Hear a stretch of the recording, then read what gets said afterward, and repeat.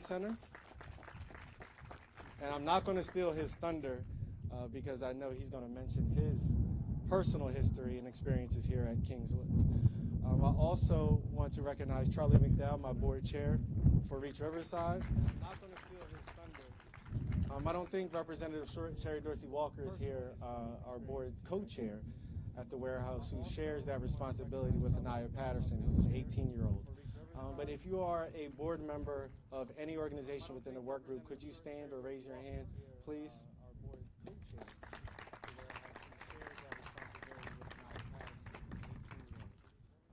What's up, Marquivas? Marquivas grew up in Riverside as well. My staff, if you are a staff member of the work group, the warehouse, Reach Riverside, Kingswood Community Center, please raise your hand. And if you are a partner and or contributor to the work that the work group is accomplishing, please stand or raise your hand. So there's a reason why I did that, because pretty much it's everyone here, and that means we are all in this together, and it takes a Herculean effort, and it takes us coming together to make this possible. Like I said, I started this work here in 2016 when Kingswood was literally about to go out of business. We had missed payroll, and it was just a bleak future. And we were able to stabilize this organization within 2 years and then build that foundation of the warehouse, Reach Riverside, and Kingswood Community Center. Now in the process of building 600 mixed-income homes, we will be moving our residents in the first homes within the next 30 to 40 days. By the end of this year, 141 homes. By the end of the project, 600 homes. This beautiful building that we have here will be replaced with a 100,000 square foot, $42 million facility, and that's what we're here to celebrate today.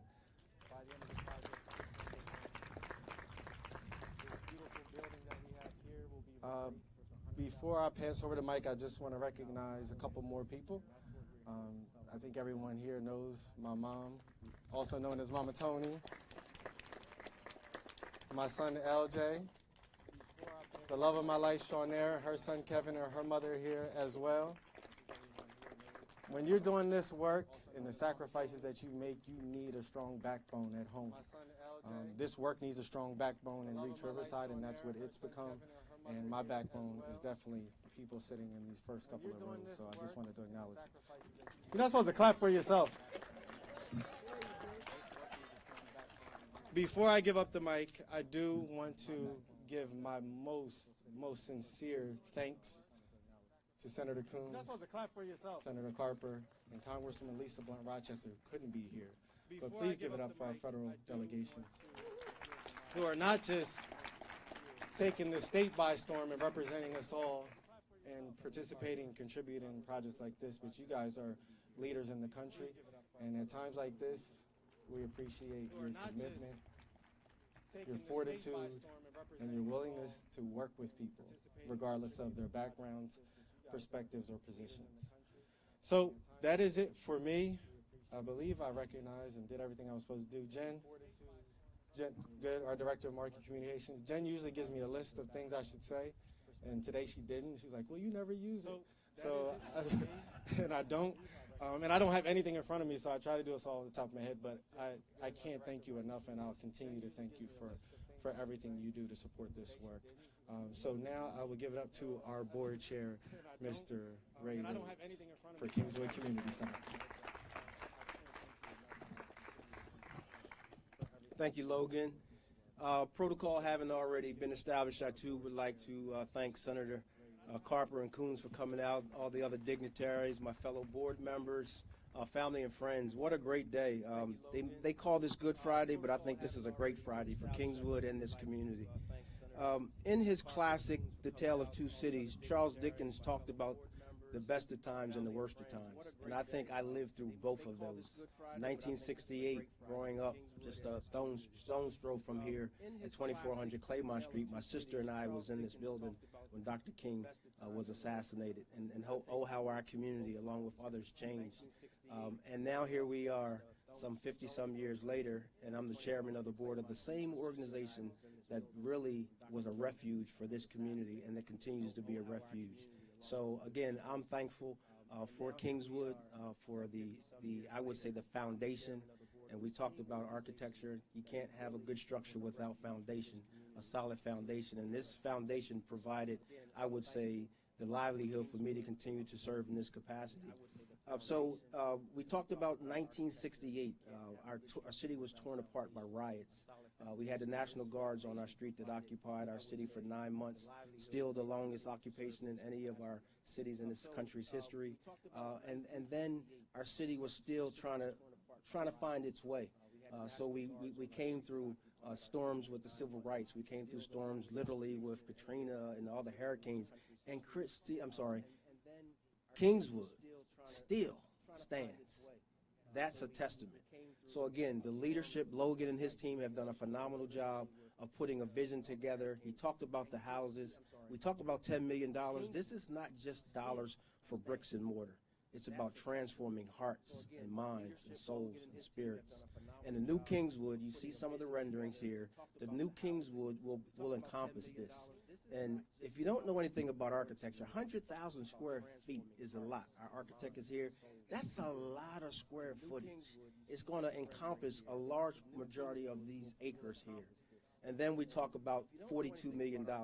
We're trying to get this to be a LEED certified building where we can get energy credits for making it energy efficient for its life. So that has not been done, that I know of, in any city across these United States, in a neighborhood, in a community like Riverside. So we're extremely grateful. We thank our senators, our congressional delegation, and again, I could give 10 million reasons why I think they're the best, but I'll just say they're the best congressional delegation in this country. And I'm not just saying that because of $10 million, but the work that they do throughout. If you watch some of the senatorial hearings, if you watch when the Capitol was under attack, we had our congresswoman there praying. That was phenomenal.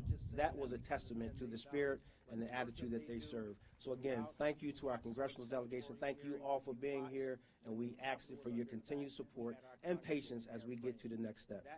Thank you so much.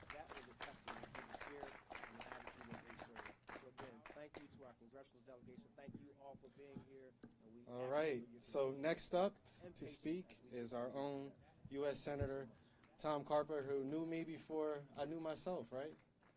And I'm sure you'll talk a little bit about that. So, Senator Carper, the mic is yours. All right, so next up to speak is our own U.S. Senator Tom Carper, who knew me before Thanks, I Lord. knew myself, right? He's referring to his grandfather, who was blind from an early age in his life and was able to accomplish amazing things, as Senator Coons knows and Ray knows. And I used to wonder what could Reverend Herring accomplish if he had his sight. And I think we're getting a glimpse of that here as we gather today at Reach Riverside. I just want to say a thing to your mom, something to your mom. Thank you for bringing this guy into the world. Thank you for raising him. Thank you for guiding him, nurturing him, and sharing him with all of us. Let's give her another round of applause. I just want to say a thing to your mom. Yeah, sure. LJ, I asked LJ what the J stood for, and he hasn't told me yet. But LJ, thank you for sharing your dad with all of us and helping to make a difference in the lives of a lot of other young people now and in the years to come. Thank you. I also want to say to my colleague Chris Coons, who is a member of the Appropriations Committee, is a fairly senior member of the Appropriations Committee and a bunch of other committees. But he provided huge leadership on the Appropriations Committee as we applied for what is called legislative directive spending. It used to be called the earmarks. Earmarks used to have a bad connotation, but anyone who has any idea what is happening here in this community and what this earmark means for this community and the people who are going to live here, they would say, oh, an earmark, this is great, this is a gift from God. There you go. Lisa's not here. She'd like to be here, her heart is here. Lisa, when I was privileged to be the governor, she was our Secretary of Labor and a great member of my team. Now she's just a terrific congresswoman. But she and I partnered on something that was an idea brought to us by a guy named Tom Eichler, who used to be the Secretary of the Kids Department, Secretary of Health and Human Services, later Secretary of the Kids Department. He came to me one day, he'd heard me speak right at an event, right as I just had been elected governor. And what I said at that event, Mike Castle had just been elected to Congressman, I was elected governor, and we were asked by the MC of this event, just a month after the election, he said to each Mike and to me, he said, what do you want to accomplish? What do you hope to accomplish? You just put in one sentence, what would you like to accomplish? And I said, I'd like to make sure that every child born in this state, growing up in this state, has at least one loving, caring, nurturing parent, and hopefully two. And said a few other things and sat down, and Mike Castle said, I just want to be as handsome as Tom Carper. He didn't really say that. But a couple of months later, after I was sworn in, Charlie, Tom Mikeford came to see me. I asked him to be my Secretary of Children and Youth and Families. He came to see me and he said, you remember when you mentioned that, what if you had only one wish, what would it be? He said, I was there. I was there. He said, I have an idea I want to share with you. And the idea came to the Family Services Cabinet Council, which sort of like pulls together about 7 departments of state government to work in common cause to strengthen families. That's what we did for my 8 years as governor. We did a lot of other things too. We really worked to strengthen families. We didn't do it in a way to just like address symptoms of problems, but we went after root causes. We went after root causes of the problems that we have in our community, in our state, and in our country. When I think of this project, Charlie came to see my wife Martha and I were leaving church one day, Westminster Presbyterian, not far from here. And he said to Martha, he said, I'd like to share with you an idea of something you might want to be involved in. Martha, hugely involved in Boys and Girls Clubs. And he shared with her purpose-built community and the idea of Reach Riverside and what it could be. Sometimes the wind blows really hard when I speak. And I think God is trying to send us a message. I'm not sure what it is. But I think that's it. No, I didn't. This is God saying, yes, yes, yes. Saying there is a balm in Gilead. It makes a sinful soul. But anyway, Charlie shared this idea. Purpose-built community said Warren Buffett and other people were behind it, and it was funded by a lot of people. Grew it out of Atlanta, Georgia, and was tested in other places. He said, I think this would work in Delaware. And he asked us if we could help him. We had to figure out what I could do and not get in trouble with the Senate Ethics Committee, co-chaired by Chris Coons. And so we figured it out, and Martha was helpful. I tried to help a little bit. But what we're trying to do here really is to help a huge amount, And one of the, every day when I get on the train, come down to go down to Washington during the week, people say to me, maybe not every day, but every other day, I wouldn't want your job for all the tea in China. They really say that. You must hate your job. I love my job, and I think I speak for Chris, and I think I speak for Lisa. We have the opportunity to help make for amazing transformation in the lives of families, in the lives of children, the lives of our community, and this project is just one of them. This is a cherry on the ice cream sundae. I've been walking through this neighborhood for a long time, thinking, boy, something needs to happen here. Someone needs to do something about it. And thanks to Logan, a lot of people here and a lot of people around here, amazing things are happening here. And in the future, in the days and weeks and months and years to come, even more amazing things will happen. For everybody who's been a part of this, who brought a piece of rope, if you will, to the community rope to tie together the rope and pull a lot of kids out of poverty and out of sorrow and trouble in many cases. For all of you, thank you. You are doing the Lord's work. There is a balm in Gilead, and it's right here today. Thank you so much. God bless you.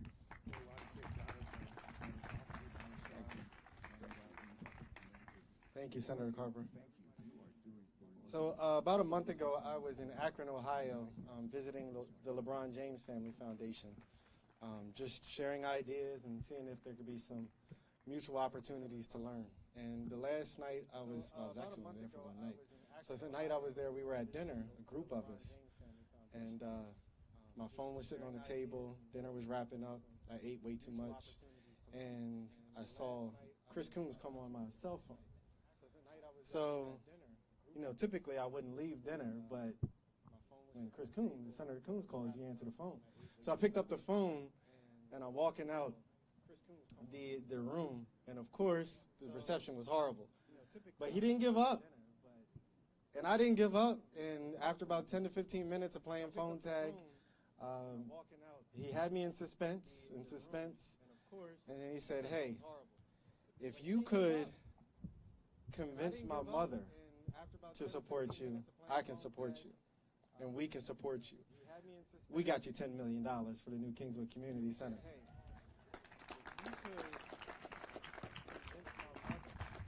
So I know we thanked my mom for having me, but I know his mother is here as well. Where is she? Let's thank her for having him. So without further ado, Senator Coons.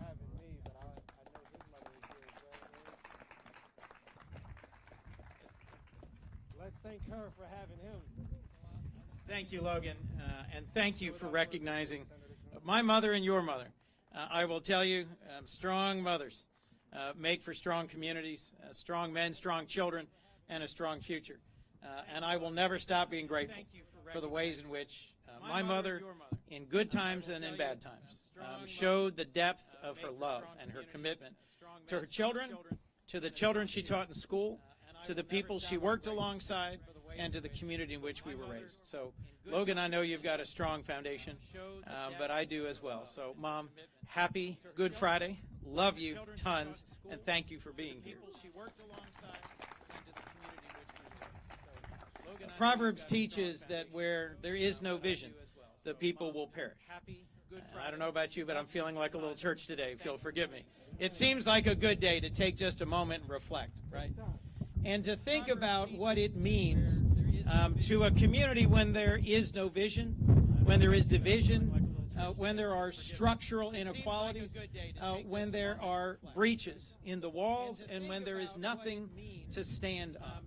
We heard from Ray, thank you, about the history of Kingswood and the ways in which this place has been a refuge in difficult times through the long and brutal history of racial segregation in this country and in this state, and through moments of great tumult and challenge here and nationally. And we have to remember that Kingswood has always been a place that has been a foundation and a refuge. What we're celebrating today is the next generation, the next iteration, the next imagination of Kingswood. It's not just going to be the knocking down of these walls and the reimagining of this space, but it's going to be the anchor of a whole new community. This is the result of years of planning and vision, of this community having a clearer and clearer, stronger and stronger vision for where it's going. And in all the time that I've spent in nonprofit work and in elected work at the county and at the state, I have not seen anywhere in our state a clearer, better, stronger vision than has developed in this broader community for education, for employment, for housing, for social services. This is a vision worthy of great investment. And so, as Senator Carper mentioned, when the Appropriations Committee finally shook off its slumber and decided that it would actually be a good thing for members of Congress to be able to direct spending to their own districts and states, this is exactly the model I had in mind when I was fighting with members of the committee about how it is possible to have investments in communities that are publicly noticed, publicly debated, widely supported, and easily defensible. $10 million of your money, of taxpayer money, to help lay the foundation of a new Kingswood Community Center and to help build that next big step up for this whole community strikes me as not just a wise investment, but a necessary investment. One of my favorite children's stories, as my mom remembers, was Stone Soup. And Stone Soup is the story of a small group of soldiers coming back through a war-torn town where they have nothing to eat. And they tell them this story, you remember? About if you'll just bring out some stones and put it in some water, we're going to have the most delicious soup you've ever had. Does everybody know this story? And gradually people decide to come out from their hiding. They decide, well, I can find some carrots under this bed. Well, I can find some onions that I'd hidden in this root cellar. Well, I do actually have a cow. But when the soldiers first come into town, everybody's in their corners and hiding from each other. Nobody's bringing anything out into the common square. But by the time they're done, they have this amazing, rich soup from which everybody in the community is nourished. That is, for me, the best metaphor of what you're doing here, of what Reach Riverside is all about, which is finding the talents and the strengths of this community right here and more broadly and bringing it together into one new, heady, steamy jambalaya that will nourish hundreds and hundreds of families right here and for generations to come. We're not just rebuilding a building here, we're rebuilding a community. We're not just rebuilding the ties between certain families, but between whole communities. And we're demonstrating to the rest of our nation what is possible when people have vision and invest in it together. One of my other favorite parables, of course, is the parable of the mustard seed. And if I could, Logan, one of the things that has often impressed me is how things that begin in small ways grow into things that have an impact in big ways. So I think the mustard seed here in this immediate community began with Kingswood United Methodist as a small church that opened its doors to children, that opened its doors to the broader community, and that ended up inspiring people. Another part of that early blooming was someone named Hicks Anderson, known to some personally and well, known to others just by his name on a community center. But when you've got someone who lives by faith and not by sight, who is inspired by the example of a blind grandfather, and who understands what it means to walk in confidence, it's remarkable what that mustard seed can produce. I think Logan Herring is just that sort of mustard seed in bloom right next to me, a living testament to what is possible when you are open to hope and to change. And I think you are anchoring an incredible community here that is showing all of us, the board, the investors, the donors, the partners, the constituents, and the community, what is possible when we don't give up on each other, when we don't hide from each other, when we don't crouch and turn inward from each other, but when we open our arms, our hearts, our minds, and our souls to each other. This is indeed the day the Lord has made. Let us rejoice and be glad in it. Thank you. Huh?